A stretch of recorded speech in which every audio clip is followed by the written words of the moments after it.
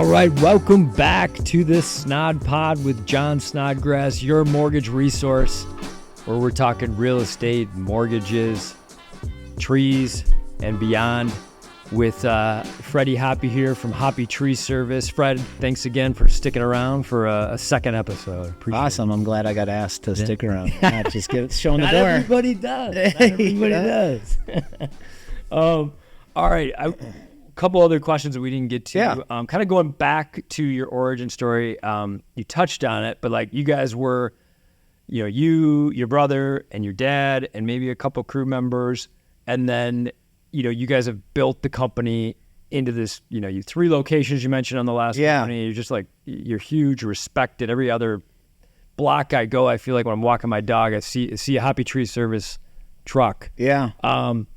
Can you talk to like, what's the secret to your success to, from here, early 2000s to here? Yeah. Well, it kind of starts with like kind of the values and like the leadership and just mentoring by my parents. My father specifically, with him working more in the business than my mother, but it's not rocket science. It comes down to the basics. You have to do what you say you're going to do for the client.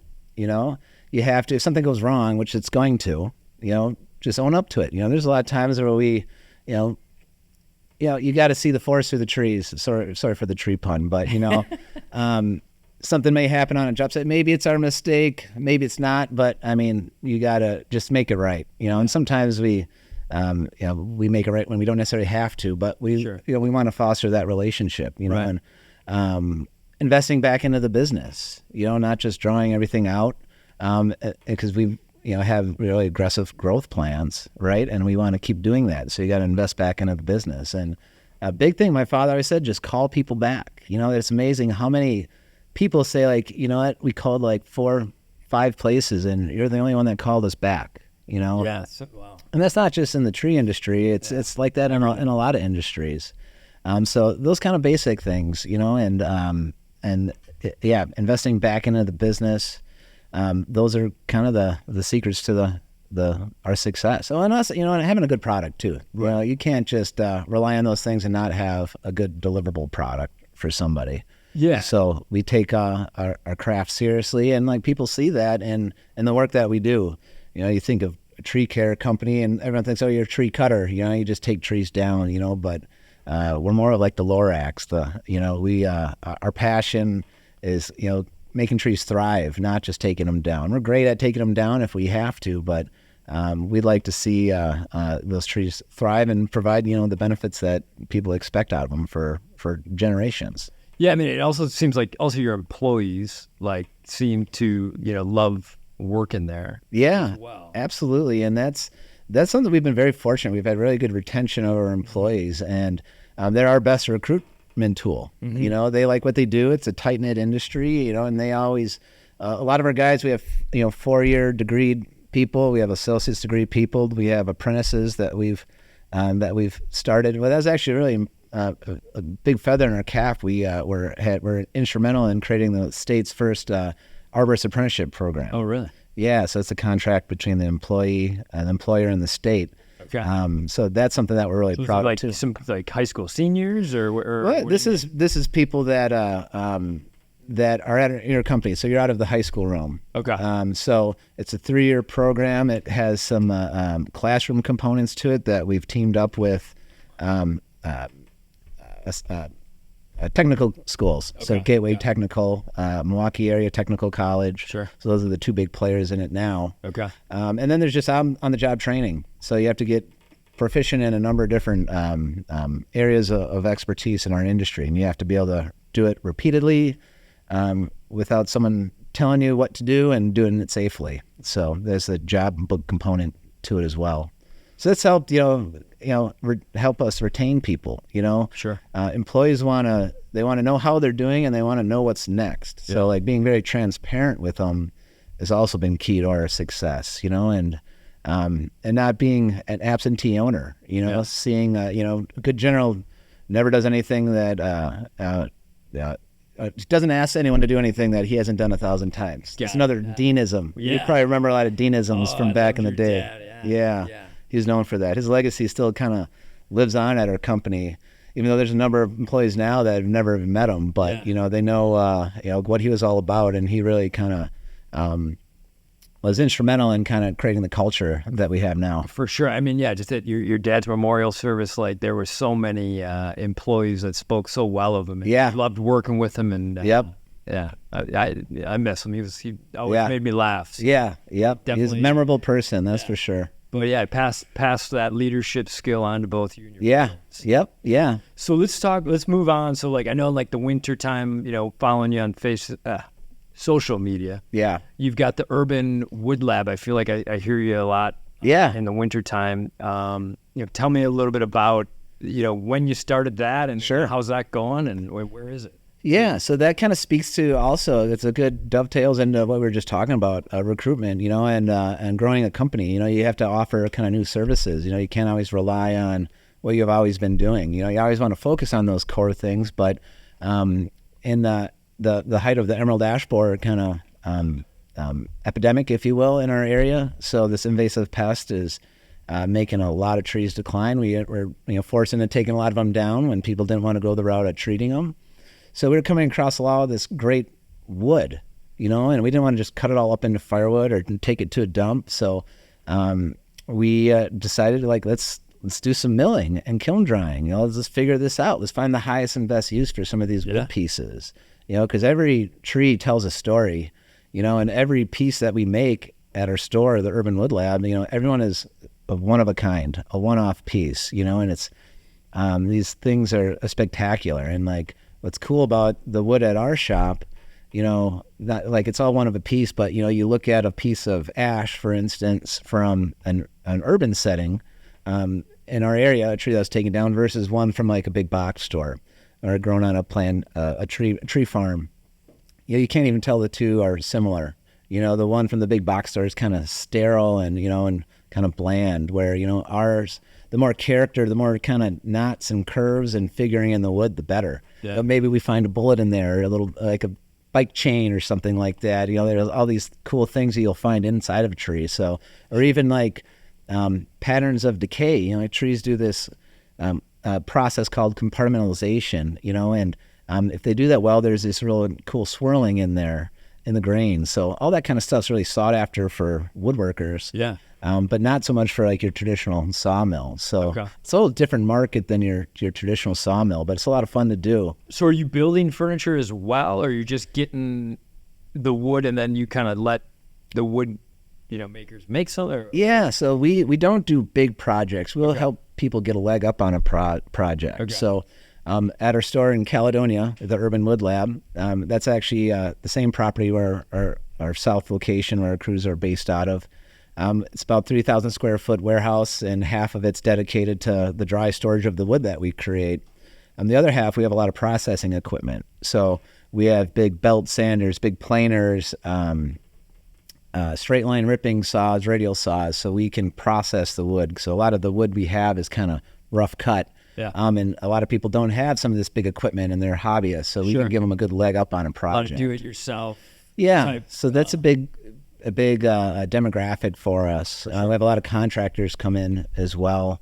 But we'll do small projects like glue ups for tables and stuff like that, but we have a great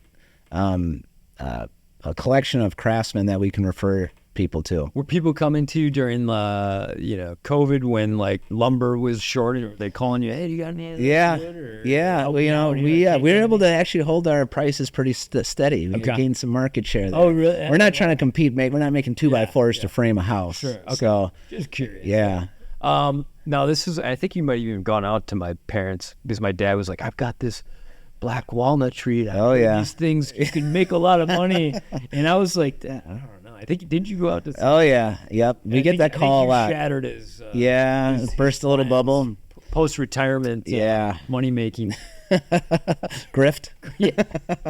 But do you get people, because it is a beautiful it is. So it's difficult, people, they see the prices of black walnut. It's a big seller. And it was a black walnut tree that your dad had, has still, I think. But, the value of a green green by I mean like live, full of moisture. A black walnut piece is a fraction of what it is once all the effort that goes into it when you see it at a shop like ours. Okay. So like the costs that go into making that, you got to take the tree down, you got to transport it to a place to mill it.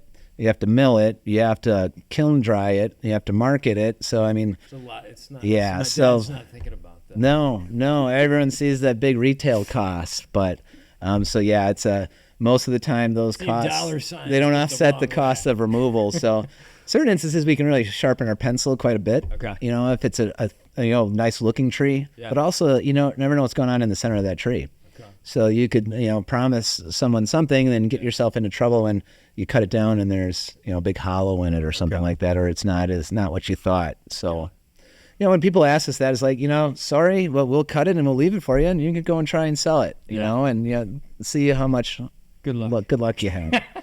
Sometimes you there are big enough trees that are straight enough and things work out just right, but that's a bet we're not able to take. Got it. So I guess maybe we'll start wrapping up. So like going back to trees and maybe we'll talk about the best trees and shrubs in your opinion that are going to add value to your home. Yeah. What do you think?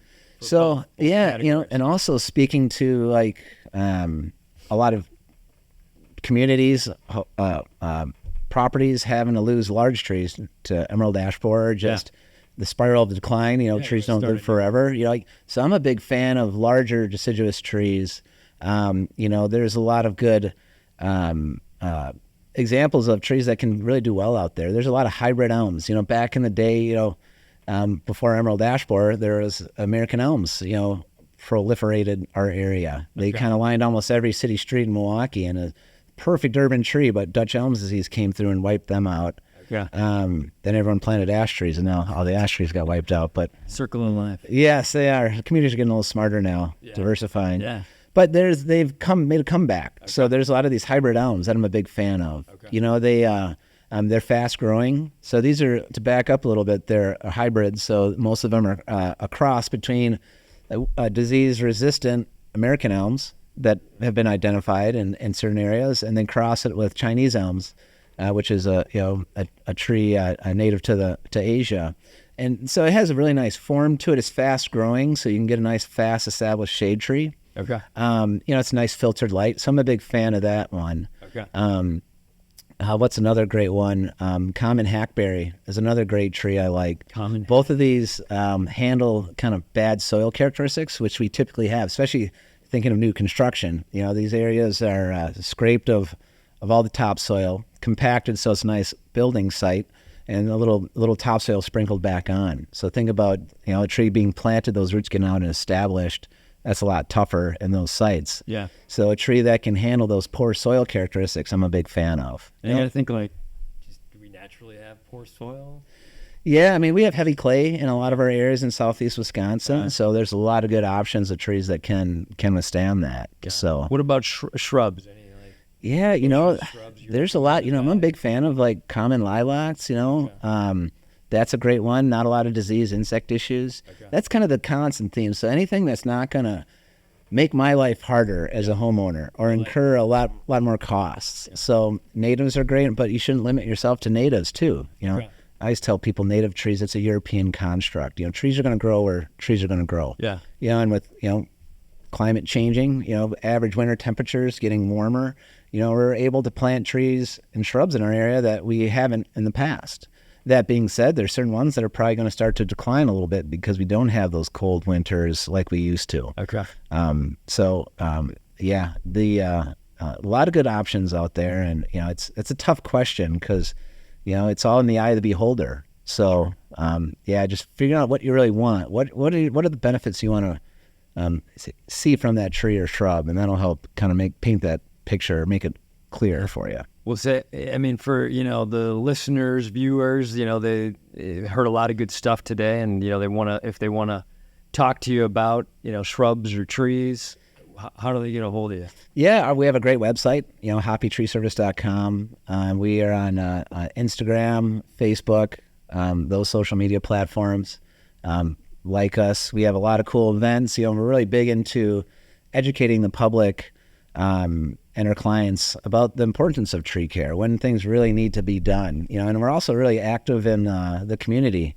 All of our sales arborists have, we've tasked them with finding something that you're passionate about, finding a group that you can be a part of and seeing what you can bring, what kind of value you can bring to them.